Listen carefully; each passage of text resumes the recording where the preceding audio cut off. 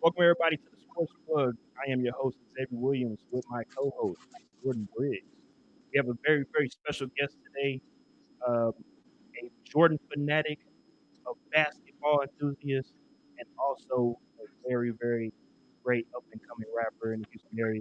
My boy Jake Knight. So would you like to introduce everybody out? Appreciate it, bro. What's going on, guys? No much. Just catching up on first two parts of 30 for 30, or the Last Dance. Not the 19 but the Last Dance with Michael Jordan. Jordan, you wanna chime in a little? Oh man, yeah, man. So obviously, first episode, I don't know, maybe like that Bulls, like I was born in '95. You remember those things? You remember those like Chicago Bulls starter jackets and the hats, and you kind of still. I'm like, I don't know, that last generation. I kind of remembers how big they kind of were, even a little bit. It was just good to relive some childhood memories and stuff like that. It was real cool. Jay Mike, what about you? How do you feel about part one? Part one was live. I was trying to get his attention. I couldn't hear y'all at first. The first part of what y'all were saying. Um, but yeah, the part one was live, man. I watched it last night. I tried to watch it while I was watching the kids, but it was dope to see. Scottie Pippen side of it, and seeing how much he got paid for 7 years, and Crazy. that shit was crazy. But it was dope taking that little time machine back to the '90s and seeing that shit. Now that is something that we will talk about later on in the broadcast or whatnot. But in the beginning, like I said, that's what we're going to talk about on part one because I know everybody is very. I know that's the part on part two that everybody is holding on to is the whole money situation that happened to Scottie Pippen. But we'll definitely get into that a little bit more. So we're going to stick on part one when it comes to just talking about, like I said, the greatness of Michael Jordan. Coming off of his, his Let me college. say something. I feel like after watching that part one, like you said, because it really goes into like the magnitude and the greatness of Mike. Like even the way he talked to the people in the stadium and stuff like that when like and he's wearing the suits and everything. Like it goes to show you like compared to LeBron. And I know people are always like you don't gotta blame LeBron to it, but the reality of the situation is let's just be real. He's going to get brought up. He's like my generation's Jordan. You see the difference in like the way Michael Jordan's own peers talked about him. It's just like it was nothing but praise. It's just amazing the respect that people just had for him. That's when people they talk about him, and it's just like wow, like that level of fame is different. It's like the first time. It's kind of like Michael Jackson for music, Yeah. or Tupac for rap. You know what I mean? Like whoever does it first, even if the second person could do it technically better, the first time you see it, it's just the respect they had. He was like a rock star. It was bigger than life, basically. You agree with that, Mike? Yeah, for sure, man. He just had that. He just had that in him, man. I don't know. I don't know what to say. Jordan, nobody had seen that before yet, and Jordan just blew him away. Um, you know, that 63 points, his Yeah, that's rookie year crazy. in the playoffs. That was wild. Even Crazy. though they lost. Now, this is coming from somebody that played basketball like yourself. If you played, in high school or whatnot. Again, Hmm. watching this documentary, who are some of the guys that you looked up to? Was it Michael? Was it Kobe, AI? That inspired you to play basketball as well. Oh, I think my first, what made me want to play basketball was definitely Michael Jordan, but my favorite player of all time is Allen Iverson. I still consider him to be the goat. But that's just me. We can talk about that another time. But I'm AI all day. That's my favorite player. But um, that's what I looked up to. I looked up to Kobe. I looked up to Mike. I looked up to um, everybody. I watched every team. I watched every game that I could growing up, man. I love basketball. That shit was crazy. I think that also makes sense why you was rocking the braids back in the day as well. Oh yeah, man. Everybody called me AI back then. I had Straight up though. That That's the AI crossover. brain. Yeah, for real, man. Yeah, there, yeah, They there. remember at the YMCA. Y'all remember? I oh think you yeah. was up there sometime. Oh yeah, I know. Brett Reese out here listening. I know he remember. It's so crazy how Yeah. like how much like AI like people will tell you to this day, like, yeah, I understand maybe Mike's the GOAT or Kobe the Or GOAT or Kobe, yeah. LeBron, but like AI is my guy. Mhm. That's always like Yeah. you say he has a people love AI. People love Yeah, I compared myself more to AI because I was a smaller dude, and that was the type of game I played. it. That's why I Right. looked up to AI. It's more relatable. Yeah, for sure.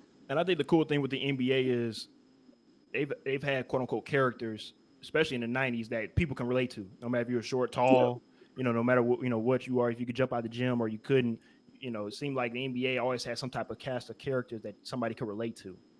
yeah, for sure. And that's what it was. Now, also, I think another funny little tidbit. I know people remember what they were talking about with that rookie year with Michael Jordan when he came into the hotel room, he knocked on the hotel door and he said that he saw some things that he's never seen before at that time at a young age. Yeah. Um,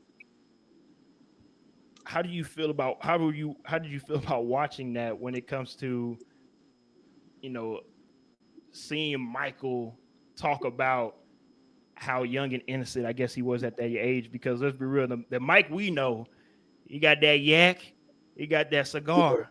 So yeah, we for just sure. we just trying to see, everybody. I know I've seen social media. Social media's going crazy. Like, I actually got something to say about that. what's up? That's You that, talking about? Oh, go ahead. Go ahead. Oh no, that part I really thought was funny because, like you It said, was hilarious. people like me being 25, people my age, like yeah, we know Jordan's go, but we think of Jordan as, like you said, a guy who his eyes are always yellow. You Yeah. know, he smokes cigars, like he crying meme. But you never really understood like the focus that a rookie Michael Jordan had. He's like, I don't do that stuff. I don't do that stuff. It just goes to show you, like back then, he was really like that He was innocent. focused. He was a He was focus, focused. focus. That's But that's also another thing you can see. Same thing with Kobe. When Kobe first Yeah, I came was gonna in, say. that's all he had mentally was thinking about just getting better. And he also talked about when he was with Vanessa at the time that they would just go to Disneyland. They were Yeah. doing kid stuff because Mhm. he wasn't worried about those quote unquote grown things to do yet at that time. Yeah, I feel like Kobe was the closest thing to Mike, man, for sure. Yeah, that's the remix. As It's people like crazy to you say, that's say the that remix. because that clip in the documentary, there's a guy, I guess they won that Paris championship, preseason championship, and he's hugging Ron Harper, and then he's like, talk to Mike, he's like, can I get a hug?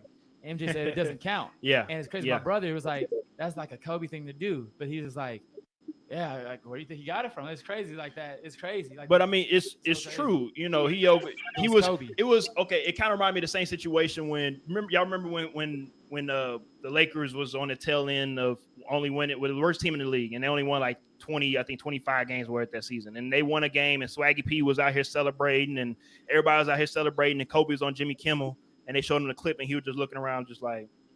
Yeah, Yeah, So I mean, again, it was a treat to be able to watch the tail end of Michael, but then also be able to watch Kobe do what he was able to do, yeah, and I think for us kids in the 90s and 2000s 2010s, I think we've been spoiled with some of the basketball we've been watching because yeah, some of these older cats that watch that 60s and 70s and 80s styles basketball, that was some slow boring basketball. I'm just saying. and yeah, also to his credit, because you're a hooper, so you understand this. As a hooper, like you never want to just say somebody's just outright better than you, or that guy's just that good, because you always believe like, man, he good, but you know what I'm saying, like I can lock him up yeah, or whatever. I only seen two players get the respect from other players, like to where people are just like, no, he's cold blooded. Like other players, not analysts, but players who are on the court say that, and that's about Kobe and about Michael Jordan.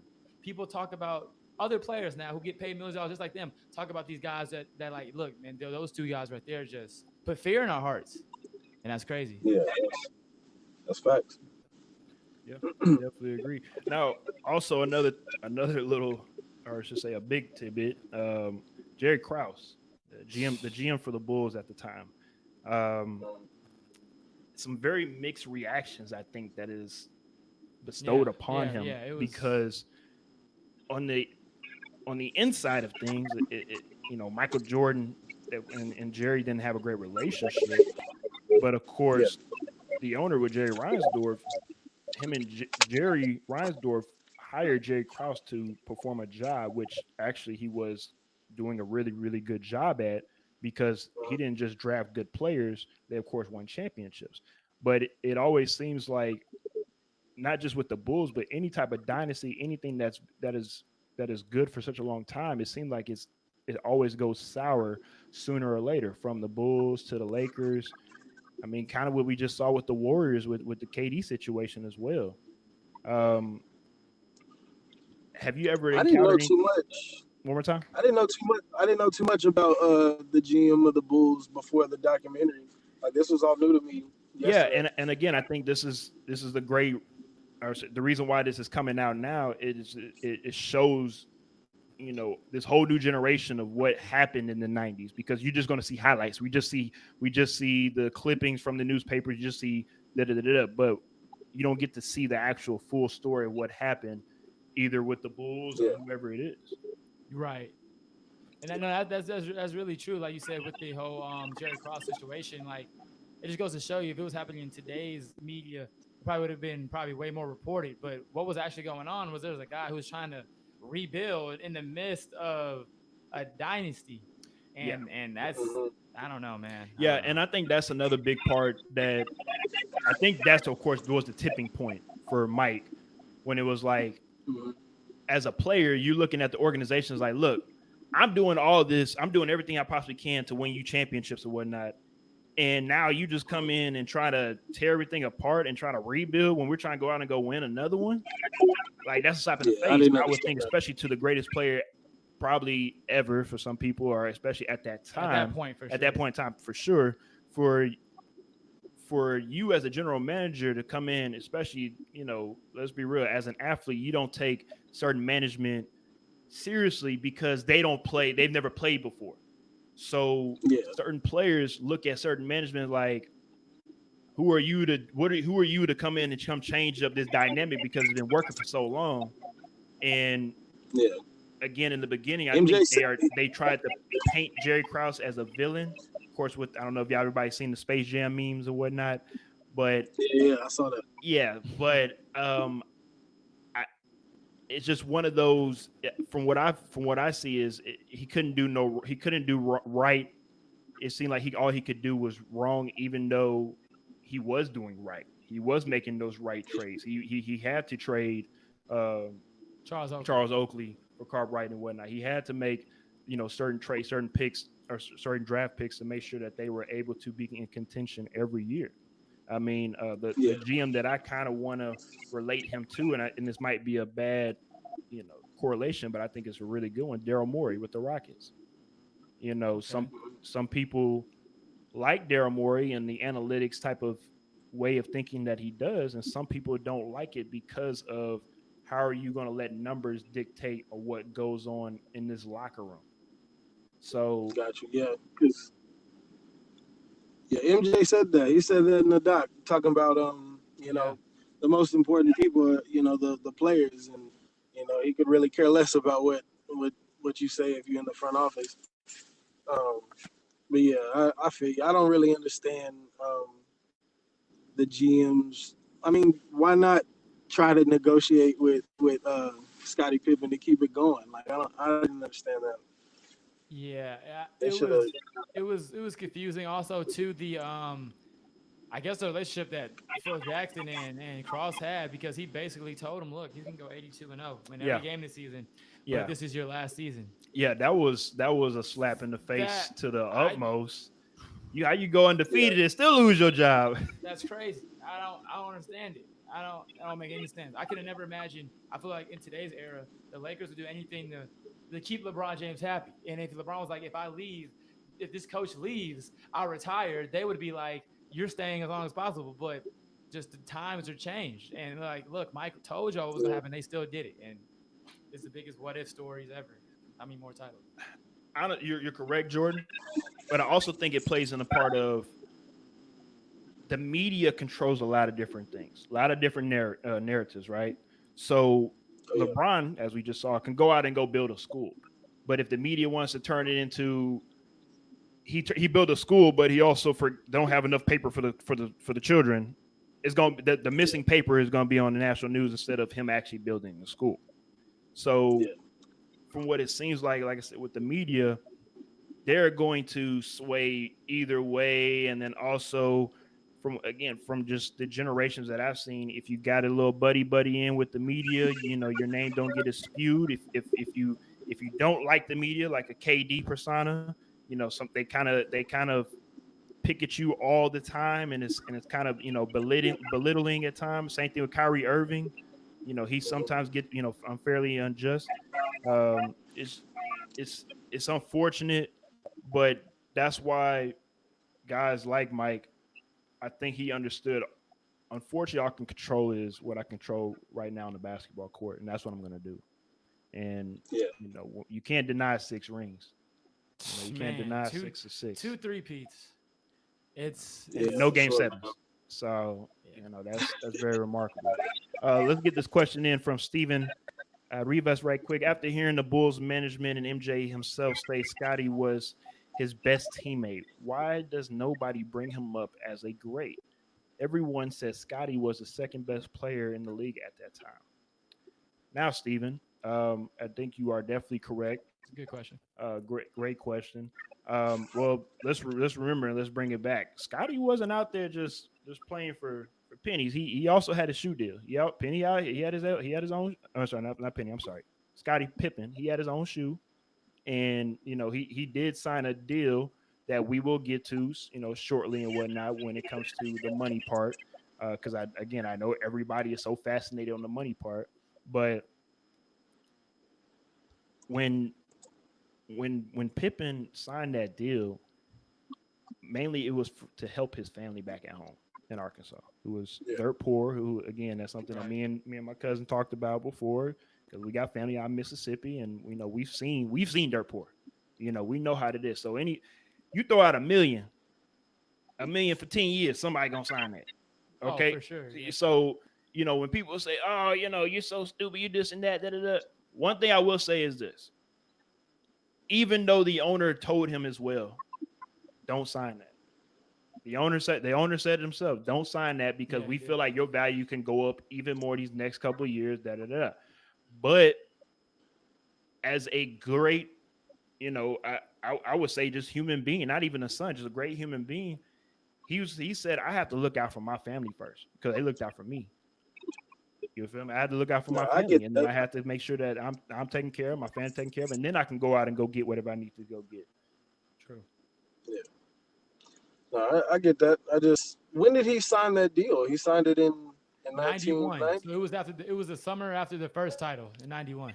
Yes. So I actually have the numbers, that I wrote down and whatnot for this, because again, I knew this was going to come up. I knew this was something that people were going to harp on and whatnot, because it's, again, when you look at it, you're like, what are you doing? Okay. So when Scottie Pippen signed that deal in 91 going to 90, 91, 92 season, he was actually the 16th ranked player in the NBA, highest paid player at that time. The number one player that was the highest paid player at the time was Larry Bird with $7 million. So Michael Jordan wasn't even the highest paid player at that time when Scottie signed that deal. Also, another person that was above him pay wise was Reggie Miller, who probably at the time hasn't even accomplished anything yet to even get that deal. Yeah, that was early. Okay, so in his career. So you can't compare what's going on with the Bulls to present day or other players, because everybody's situation is different. And I want to bring up another situation that happened on that list as well, is one Laker great, Sam Perkins at the time was paid more than Magic Johnson in that same season. And Magic Johnson had what was it for? Yeah, had five at the time. Yeah, had He five. had at the five. time, He had yeah. all 5 rings at the time. So you can't say that was dumb, because at the time, I mean, it probably was a good deal. It really was. So if we break down the contract from 92 to 98, 2.7, 3.4, 3 million, 3.2, 2.9, 2.2, and 2.7. Again, that's not bad. 2 million per year. That's not bad at all. But again, when he left Chicago, the next team that he joined was the Houston Rockets, where the Rockets signed him for a 1 year, $11 million deal. So he went to the Rockets for 1 year and stole money from Houston right quick. Same thing with Charles Barkley. We'll get into that another day. And the year after that, he went to the Blazers, and that's where he cashed out. He went to the Blazers and signed a deal. For first year, 14 million. The second year, 13. 2002. Now again, I want people to understand this. Scottie Pippen played in 1991. This is 2002, and he making $18 million a year with the Blazers. And that was the same team they got their butt whooped by the Lakers. So again, the contracts at the time, they might look crazy, they might look silly, all the other stuff, but that also is a big reason why you need a really good agent. Because majority of the time, if you have a really good agent, they're going to help on the back end. And that's what it looked like it happened with the Blazers. He got that 14, 13. Then after that, that back half came and he got that 18, 19 mil on the back half with the Blazers. I also feel like the rebound off of that too, it kind of goes into, as you know, because this whole, even though they keep doing flashbacks, the whole thing's about that 97, 98 season and that sixth championship. And in that sixth championship. And the thing is, what made that season so hard is because you got somebody like Scottie Pippen who's not getting paid. So that's animosity towards Jerry Krause. Mm-hmm. Jordan doesn't like Jerry Krause. Phil Jackson doesn't like Jerry Krause. So that's three players right there who really don't like their general manager. That's the tension. And it's so crazy. You're going for your sixth championship, trying to sustain dominance, finish out the dynasty. At the same time, there's tension every night in the locker room. And I feel like it just brought it everything. Okay, all-star players don't like this guy. Yeah. Us versus them. No, I definitely agree. And again, I've seen some memes out there on social media. I've seen some things where they try to, compare Michael Jordan's salary with Scottie's salary and all that good stuff. Again, Michael didn't get paid until the 98 season. Michael was making in 95 was only making $4 million. You feel me? Like, I think people, again, they seeing the headlines, seeing that Scottie wasn't paid, Scottie broke, Scottie this, that. Michael was making, okay money, but he wasn't making that much, money until they had to go on strike. NBA salary wise. Yeah. But until they went on strike, and then they had to, renegotiate their CBA deal, and then all of a sudden you went from $3 million to $30 million. Hey, that's a nice jump. That's a nice jump right there. Yeah. So I think what happened was, I think the players understood. Again, this is in the 90s. I think the players understood their value to the team, especially with that super team with the Bulls. They understood their value, and they had to come to the owners and negotiate to them and say, "Look, guys, TV contracts about to start coming. Endorsement deals about to start coming. Blah blah blah. I want my cut too." And that was the beginning of what we have now with all of these contracts as well. It's a different time. Inflation has gone up. Everything's gone up. So that's why some of these contracts might look, a little crazy here and there, but it's all based on the market. It's, right. You can't compare the NBA's salary compared to somebody that works at Walmart. It's not the same thing at all. No. But anywho, another thing I want to add on as well is, and I thought it was very interesting to hear from Michael and Phil Jackson about what happened. So when Scottie broke his ankle and whatnot and had to get surgery, and he decided to wait until the season started, which, let's be real, I don't think we've seen anybody do that anytime recently, because he knew what he was doing. Michael said it on the show that he did not like the way that Scottie approached everything, but Phil Jackson said that he didn't have a problem with it. Now, how do what was your take from that what happened with Scottie? I feel like he did it on just out of spite, just because he didn't like the GM.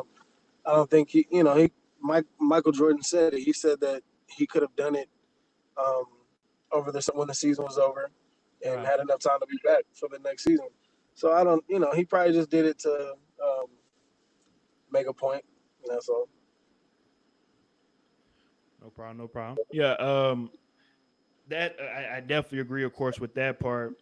And like me and my cousin was talking about earlier, I think it's kind of cool to see how Phil Jackson was able to maneuver that dynasty, as in control all those egos, because you had a lot of egos on that team, and I'm not talking about just the three. I'm not talking about just the three guys. I ain't talking about just Pippen, MJ, and Rodman. I'm pretty sure Steve Kerr got a little ego. Of course. I'm pretty I'm pretty Ron sure Ron Harper, Harper got ego. I'm pretty sure a Tony couple of those. Kukoc, Yeah, I'm he pretty was sure dope. some of those guys on there have an ego, and for him to go from the Bulls as a young up and coming coach to winning 6 rings, and then go from there to the Lakers and coach the Kobe and Shaq dynasty Yeah. in the early 2000s. I think that is something that doesn't get talked about that much, because I think Phil Jackson doesn't get the just due, because I think a lot of people just say, well, he had Kobe and Pippen. I'm sorry, he had Michael and Pippen. Then he also had Kobe and Shaq. So anybody can win with that. But what's your take on it? Um, I mean, I agree. I mean, I knew that, but I don't think I fully took that in that he, actually won all 6 with um, Jordan and then another 5 with Kobe. I mean, it's insane. But you're right, though. I think he does kind of get overlooked because of the talent he had and all that. Um, yeah, man. Yeah, I feel like Scotty's a little bit ahead of his time in the fact that a lot of what Scotty was complaining about is something that goes on a lot now with NBA players. The NBA player feels like his contract should be done. He wants to move to teams or something like that. But nowadays, the way society, the way sports media is like the players. You need to pay that player. That's the take we take now. Back then, it's like you signed a contract. This is your obligation. This is your job. So he took heat for that back then. But the same thing he's taking heat for back in 97, 98, the thing that Michael Jordan understands is the same thing that players do today. Every offseason, they're using their leverage. mm-hmm. I can delay the surgery. I don't got to play here. You know what I'm saying? I can, whatever I need to do to get this trade, to get this contract, I'm going to do. And today we kind of celebrate the player for doing that. But you can argue LeBron opened up a lot of doors with that, with a decision and stuff like that. But it's just interesting to see the contrast to how it was in 97, 98. I definitely agree. And that was interesting to me. That's why I felt like he was a little bit ahead of his time in that, where like it was misunderstood back then, but a lot of millennials and people who are younger kind of understand where Scotty's coming from compared to like the how it was looked at when it initially happened. And Yeah. and I think with our generation, they've seen how easy these players are able to just freely move about the league if need be, because of whatever decision or whatever situation that they are in. And I think with the old heads, I don't think that I don't think that they are per se mad at being able to have free agency. I think sometimes they hate are hating, quote unquote, and say, "Man, that's not fair. That's not fair because uh, because we weren't able to do that, in in the '80s and whatnot. I wish we could have. I wish we could have moved around. I wish I could have went and played with Larry Bird or Magic or Michael. And it's I know Chuck. Chuck Charles Barkley keeps saying, "Oh, no, I wouldn't have played." I don't know. I think if they had in the '90s too, I think some things would have went differently when it comes to. I don't want to I don't want to play with such and such. I think things would have changed as well. For sure, definitely, definitely. I agree. Another follow up question from Steven. He was just saying, for sure, I get that part. I just mean it like, how come us as fans don't ever bring him up as one of the best players? Well, to reiterate what I was saying earlier, Steven, unfortunately with the media and unfortunately, fortunately, depending on what side you are, if you like that player or not, if a certain player is getting more media attention, more press, selling more things, don't you think that person is probably going to get more mentions, more opportunities than somebody that's like a Scottie Pippen? Scottie Pippen was a hell of a player. We've not just the highlights. You can go back and go watch the package from college to pro. But let's be real, he did not sell like Mike. You didn't want to fly like Pippen. You wanted to fly like Mike. And that's the thing. Like, let's not kid ourselves. Like, Scottie Pippen is a great player, and great kudos to Michael Jordan. There's so many people who, after they had success for a long time, they kind of tend to forget who got them there, and they tend to just, it was me, it was me, it was me. But till this day, Michael Jordan will tell you there's no Michael Jordan without Scottie Pippen. But let's not kid ourselves here. Like, before those 6 years before Scottie came, Michael was Michael Jordan. He was doing spectacular things. We seen Scottie without Mike. He was a great player, but he wasn't. You know what I'm saying? Jordan did the 63 in Boston before Scottie was there. Like he was terrorizing the league before. Yeah, So I think that's the other reason too. yeah. I mean, He doesn't get looked at as much because he just happened to be playing with the greatest basketball player of all time, and it's just the reality of it. yeah, Like they talked about, he was unfortunately a really good cleanup man. And mhm, again, it's fortunate, but it's unfortunate because for great teams, no matter if it's football, basketball, baseball, everybody has to do their part. And that even means I'll just use LeBron's team right quick with Kevin Love.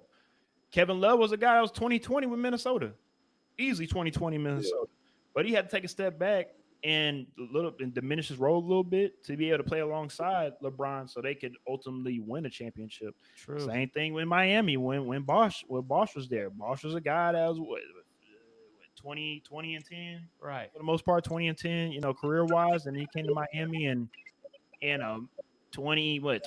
17 and 8 maybe I Yeah. think at the time. So yeah, it went from like 24 a night, like you said, to about like 18 a game. yeah, so I mean, So- it's one of those things where if you look at all of the great dynasties, from the Celtics to the Lakers to the Bulls to to the Warriors that we have right now, they are going to have great players on that team. It's not one person cannot do it on their own. Now you can have those flashes of greatness. Everybody has to play their role. 100. You can have that. That wasn't Michael Jordan. That was God disguised as Michael Jordan type of moments. But career wise, you have to play with such and such players. I feel like it was easier too back then because everybody has a brand now. Even the players that probably shouldn't have one, they kind of have one. So everybody's kind of looking out for themselves even Yeah, more. I I agree feel on like the that. Bulls, it was easy to accept. Okay, this is Mike, this is his team, and we're here to help him and help the team win championships. You got something to say, Mike? yeah. Just to add on, well, to answer that guy's question, I don't feel like Scotty was even at that time the second best player in the league. I agree. He wouldn't have he wouldn't have he wouldn't have done what he did without MJ, and he wouldn't have been Scottie Pippen if he was on his own team and they built it around Scotty. Like, I mean, they built that team around Mike. So I agree. anybody I feel like with his talent, you put next to Michael Jordan, they're gonna be as successful as Scotty. Michael Jordan created opportunities because he was MJ. You triple teaming Michael Jordan, you're gonna be open. So Right, right, It's very true. right. It's very And from true. a basketball perspective too, like that's what I'm saying. Like that year that you were talking about, J Mac, you were talking earlier with the 63 points. The Bulls only won 30 games that season. Jordan only played 17 of yeah, them. It just goes to show you the talent around him was terrible. So you can make the argument, like you just said, like you put another star in there, and they may just come along for the ride too. You know what I mean? Because like you said, as soon as he got a yeah, squad, as soon as he got people around him, and he didn't stop losing. What they call them, the traveling yeah. cocaine bulls or whatever they call them. Oh, Shit, I don't even know. All I hear all the time, man. The '80s was a wild time, man. That's all I hear all the time. Yeah. Don't leave that alone. But we also have another question from my boy Nicholas Layham right quick. Y'all think they are going to make a documentary about LeBron and how they did with Jordan and it'll come out in 20 years? It's funny that you asked that question. course. This is because my cousin already just asked that question, and you want to. Yeah, I said earlier I was joking. I saw a tweet where it was like, that 2040 LeBron documentary is gonna be fire, and and it's true though because me being a huge LeBron fan because he is kind of like I've seen every meaningful LeBron James game. He's kind of like the Michael Jordan of my generation. It's gonna be interesting to see it towards the end of his career, what he's gonna drop to show like the kids when they talk about the next guy. Look, I was great. You know what I'm saying? So I can't wait for those. It's gonna be super nostalgic and stuff like that. So he's definitely gonna drop it. Michael Jordan is the template. Everything he does, people are gonna follow after, and they're gonna see this. So you can expect a LeBron James documentary. You can probably expect a lot of players to start bringing cameras in and being like, I kind of want to do something like this for down the line. I can see that happening. A trend. Yeah, they're doing LeBron for sure. Yeah, for Yeah. sure, for sure. They get LeBron. I think they should do a Kobe one first. LeBron still got his career. I think he's gonna win one in LA. So that's just Yeah, I'll be honest with you. I really thought it might have been this year the way they were looking and going into I know. finishing off this season, but we just gotta wait Yeah, till next season. It might look like the season might get canceled. We'll see. But next year, with Just all this depressing. fuel and all that stuff, I think next year might be the year. yeah, yeah. Now it was either Houston or the Lakers in the West. I didn't see anybody else, even though Houston was all a small team now. Nobody was fucking with either Houston or the Lakers. I still was rooting for Houston over the Lakers, but we'll never know now. Well, one thing about you, J. Mike, even though you're from Houston, you're a realist, and I appreciate that Yeah, because I'm from Houston as well. And appreciate it. one thing about us Houston fans, when it comes to sports, we get a little bit delusional and emotional. And not to go off on So, a side just tangent saying. here, but no Clippers. I realize that. Yeah, yeah, yeah. No shout out to the Interesting. Clips. No shout out to the Clips. I don't think they were ready this year. Maybe next year they would have been ready for it. This year I didn't think so. Now, do you feel like Kawhi, go ahead. I was gonna say, do you feel like they weren't gelling at the right, at that time? Why they probably, weren't going to make it? Because the main thing I heard about the Lakers throughout the whole season about how, as a team they were, how much they loved not love each other, but how much they liked each other. Where they went out and did everything together. They went to the movies. They went out to eat. They did everything together, and that's what brought the team together when it comes to being a cohesive team going into the playoffs. But we didn't hear that from the Clippers. True. Yeah, Very true. I don't think there was as much chemistry with them yet, and it's because they kept adding more pieces and more pieces Yeah. throughout the season. Um, when you're doing that, it's just there's gonna be a lack of chemistry, especially when that's everybody's first year together, pretty much. I don't know. Um, I just didn't see it happening. I mean, they had what it took to get there. They had a whole squad. They were so deep. They were the deepest team in the West, but I don't really think it was their year yet. That's just how I felt. As a sports fan too, I feel like all three of us playing sports and knowing sports, sometimes this goes beyond the stats, but you get a certain feeling going to the postseason about certain teams. It Oh could yeah. just be their time. And it was kind of like feeling like that for the Lakers. Like on paper, you can argue, yeah, plus minus other things that maybe they weren't the best team. Obviously, Milwaukee had a better record. But like you said, everybody kind of was getting that feeling, that morale, that aura that, like you said, this is looking like the year. Almost like they're his version of the last dance. But I mean, we also know. Let's be real. We also know if you have LeBron James on your team, hey, I'm rocking with LeBron in the playoffs. Like in the playoffs, we know he gonna get there at least. In the playoffs, and he gonna at least get us to the finals. We just have to make it a little bit easier on him to be able to help get us there. So Yeah, because he was in the finals. I'm sorry. No, I was saying the only reason why Toronto won last year is because LeBron wasn't in the East to stop him because he was there every year to stop Toronto and look what happened. Yeah, I mean that's one of those things that we'll never know. Maybe if he was in the East, he might not have won. We don't know. That was LeBron. He might not have won. We don't know. I also was favoring Toronto in the East this year. Yeah, I I felt agree. like they were. I felt like they had what it took to stop Giannis, and They did. he They did have can't a he good can't just length. run. Yeah, they had good bodies to throw at him. Siakam, OG Anunoby. They matched up really well Yeah. with Giannis. That's very true. Well, Yeah. I'm happy that you're bringing that up, J. Mike, because I think that also goes into part of bringing up what Jerry Krause said in the documentary about. He said he was misquoted, but we'll let the records play out for himself. He said that management wins championships before players. He said Yeah. that he was misquoted and whatnot, but I did see on social media people were asking, well, when is the last time management actually put together a team besides just one player? And if you look back, I mean, last year, the Raptors. I'm sorry, what team? I'm sorry. The question was, what team got better, even though their best player left?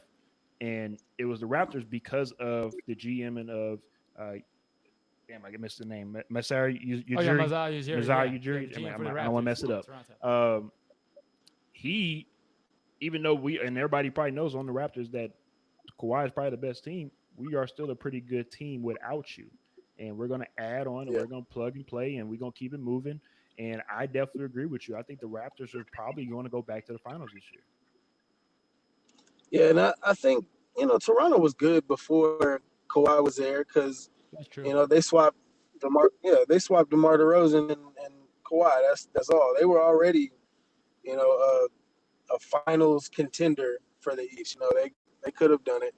I just didn't see. I don't think management is the reason why they're there still now. Um, just to circle back to what you said, I don't think it's the management's.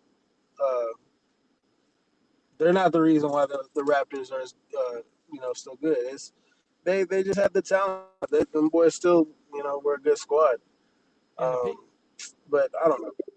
Go and to ahead. piggyback off of that too, J Mike, I guess this is gonna lead to the next part of this because that quote was interesting. That's a big quote. And I just couldn't help. I was talking to my brother about it, like the economy of it. It's so funny because you got Michael Jordan and and Scotty who believe like players win championships. We win it. You saying we need a team, but we'll get it done. Whereas almost today, more than ever, I feel like people put more responsibility on management, I feel like in losses than the players. And it just goes to show you the shift in just generational things and the way people look at things. So, okay, players are not getting it done. That's the way we critique things now. Now a player loses. What is the management doing to put around them? Mm-hmm. And it just goes to show you just the difference in, I guess, accountability Yeah. and just the mentality of the athlete back then. I feel like too. I just thought it was really funny because it's just like now we look at it, a player's not doing his thing, he has to leave. People are not putting the talent around Devin Booker. Well, let's be real. Just piggyback off what you're saying. I think that goes a part of what the generation that we live in with social media. We have the ability to go on Twitter and call out any team that we want to by putting their @ sign and saying Indiana Pacers, Houston Rockets, LA Lakers, and saying, "Hey, you suck. Hey, this and that, da da da." And somebody that is running that Twitter page will see it, and if if it gets enough likes and retweets and whatnot, and ESPN is going to see it, and it's going to be something on the news for something that's just funny and viral. And I think that's the difference, like you talked about with the 80s, 90s to what we have now is you. It's not just accountability of management; it's accountability of all of us. We put something on social media, and especially on Facebook, we got Facebook memories, right? So when you come back to something 3 years from now, and it said 3 years ago, I'm about to start on such and such, and 3 years later, you look at it, you like, man, I still haven't started that project I was supposed to start 3 years ago. That holds you accountable to making sure that you do what you're supposed to do, right? Right. No, for sure. And Yeah. winning it was the number one ultimate thing because there was no discussions. I remember my parents talking and stuff like that. There was no discussions when Jordan was clearly undermanned against one of the most stacked teams of the 86 Celtics. That's 4 Hall of Famers on one team. Yeah. So nowadays the discussion would be, well, you can't expect him to win because that team is so loaded. Whereas I feel like back then it was just, hey, they're better, but he'll come back next year and maybe you can get it done. It's just not your time yet. You know what I'm saying? And that was, I remember back in the day, they always talked about in the 80s and 90s, it was like, you got to wait your turn before you can win championships. Right, basically. You got to go through the gauntlet. Right. You got to play against the Celtics and the Pistons and the Celtics and the Lakers before you can even win one. Yeah, episode 4 apparently is supposed to be about the Bad Boy Pistons. Oh, They yeah, were saying it on is. ESPN today, so I'm Well, excited. we'll tune about in that. next. We'll tune in next week. We'll be back. Don't spoil it, Jordan, never, for people out never, there. We'll be never. back next week with another guest, and we'll talk about that as well. But before we end it off here, I just want to talk about some of the big names that were in part 1 and just part 1 and 2 of this documentary, besides the players and coaches and whatnot, and personnel. A couple guys I want to talk about, of course, my boy Mike Wilbon, J.A. Adonde, of course, Bob Costas. I didn't know that he used to work at WGN. That was something that I learned and whatnot. And of course, I think it was something very clever and something very funny that I don't think everybody picked up on. But when they showed Barack Obama and they labeled him as a Chicago resident, or I'm sorry, a former Chicago resident, I thought that was really clever and unique and funny because, again, if you're watching this documentary, yes, we all know, especially in this generation, who President Barack Obama is. But if you're watching this for the first time and don't know who Michael Jordan is, don't know who President Barack Obama is or whatever, you can go back and go research it and go see, oh man, this guy really was from Chicago or whatever. Because last time I checked, I'm pretty sure remember a lot of people was thinking that he wasn't from the United States. But that's another story for another day. No, that was cool. Like you said, all Yeah. those No, I guys. mean, no, go ahead. You're good, man. Oh, I was just adding on. Yeah. Somebody go.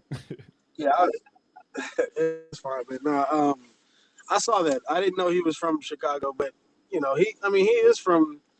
They didn't. It's not like they got it wrong. He is from Hawaii, I guess, and that's where he's from. Yeah. Yeah, but born yeah, that was, born in Hawaii, raised in Chicago. One of Yeah. those. Something like that. yeah, no, that was dope. It was cool, kind of just seeing all those guys because, like you said, they put him as a Chicago resident because he was young. I guess a little bit younger at the time, living in Chicago. But it was just cool seeing all those guys who that was their time. You know what I'm saying? Just like how earlier he was talking about AI, that's who he watched. That was good for him. And obviously, we got Kobe, we got the LeBrons. Even though so we all do agree Michael Jordan is the greatest player of all time. That was their guy. So it was just interesting. All these older guys, you can see the excitement in their eyes, just talking about the time because it was just a moment in time that they all appreciated. And for somebody like Michael Magic Johnson, that he's his own celebrity in LA on the West Coast on his own, for him to he's praised Michael Jordan since college, probably, bro. It's Magic Johnson is somebody that's has said nothing bad about Michael, even though he's beat him once in the finals and whatnot. And it's just really cool to see the respect, like you said, and to circle back around, like we talked about at the beginning, of the nostalgic of how this show was to watch for people like ourselves that were born in the 90s. And another name I want to throw out there, Ahmad Rashad, was out there, whatnot, and to remember and think about, the NBA, whatnot, back in the 90s, and NBA on NBC. It was just really cool to watch, and of course, we all know the opening theme music for for the Bulls, and also Michael Jordan. I don't know the title of it, but do you feel like that is the greatest opening theme music for a player? Man, see, I'm trying to remember how it went. Of course, it's that. Yeah,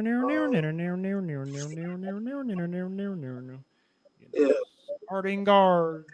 now that's what I'm thinking. Yeah, that shit's live. Yeah. Is that my? Do I think that's the dopest opening theme music for like NBA or like sports in general? Or Let's be real. We already know that's for NBA. That's ain't nothing else topping that for NBA. But let's just talk about sports in general. This is a sports plug. I'm trying to think of other opening. I think it gotta be, man. I don't think you understand how many AAU tournaments, how many high school teams had that music for their like just years later. Like it's like iconic. It was on 2K11. Oh It's yeah, just, yeah. I just feel like I had that. yeah, I almost didn't even realize like that's a Chicago Bulls theme song. Like it's just such a iconic sound or song. Oh yeah. You know what I'm saying? So that has to probably be the best one. I mean, because again, the way when I hear that, I just the way that they like Jordan talked about on the last part of episode 1, where they're playing it and he's coming out in the white jumpsuit, and it's just, I feel like I can go out there and drop 40. Yeah, when you hear that 6'6" from North Carolina, you know what I'm saying? It just hits different, bro. It's just like you said, it's just a different time. Oh yeah, I definitely agree. Is that theme song in Space Jam? Yeah, they used it. Yeah, so it's the same. Yeah. No, actually, it's a little different, but Yeah, they try to play off I'm of about it. to say, I know you watched at least 150 times. Yeah, so I've watched you Space should Jam, know. so yeah, it's a little different. But they try to do the same thing. Okay. Well, I definitely appreciate you, Jay Mike, for tuning in. We are live with StreamYard here on the Sports Plug. If you are looking for anything live broadcasting wise, please broadcast with StreamYard. I definitely appreciate again Jay Mike for tuning in. Thank you. We will put his music links in the show or whatnot. Y'all can tune in to his music and check him out here in the Houston area. Real quick, Jay Mike, you want to talk about anything that has dropped or anything coming out? Let us know. Yeah. Y'all can go get my new song Chosen. Okay. Just search J Mike, JMIKE, Chosen on every platform.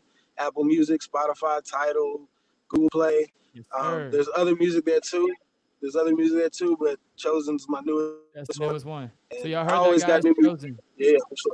Let them know. Run it again for you Yeah, one more thank time. you. They might let them know one more time. Yeah. Download Chosen, J Mike Chosen on all platforms, YouTube, Apple Music, every streaming platform. You can download Pardon Me, Another Kind, Lane Switch, and yeah, like I said, there's more to come. I got old mixtapes out. Yeah, just everything, man. Yes, Music sir. Yes, videos. sir. Yes, sir. And another thing that just goes to show you the difference between the 90s generation and the 2000s. We taking the music into our own hands, baby. Produce your own music and promote Yeah, man, yourself because we know you for got it sure. and we gonna keep on helping you out there. So I appreciate you out here for being on the show.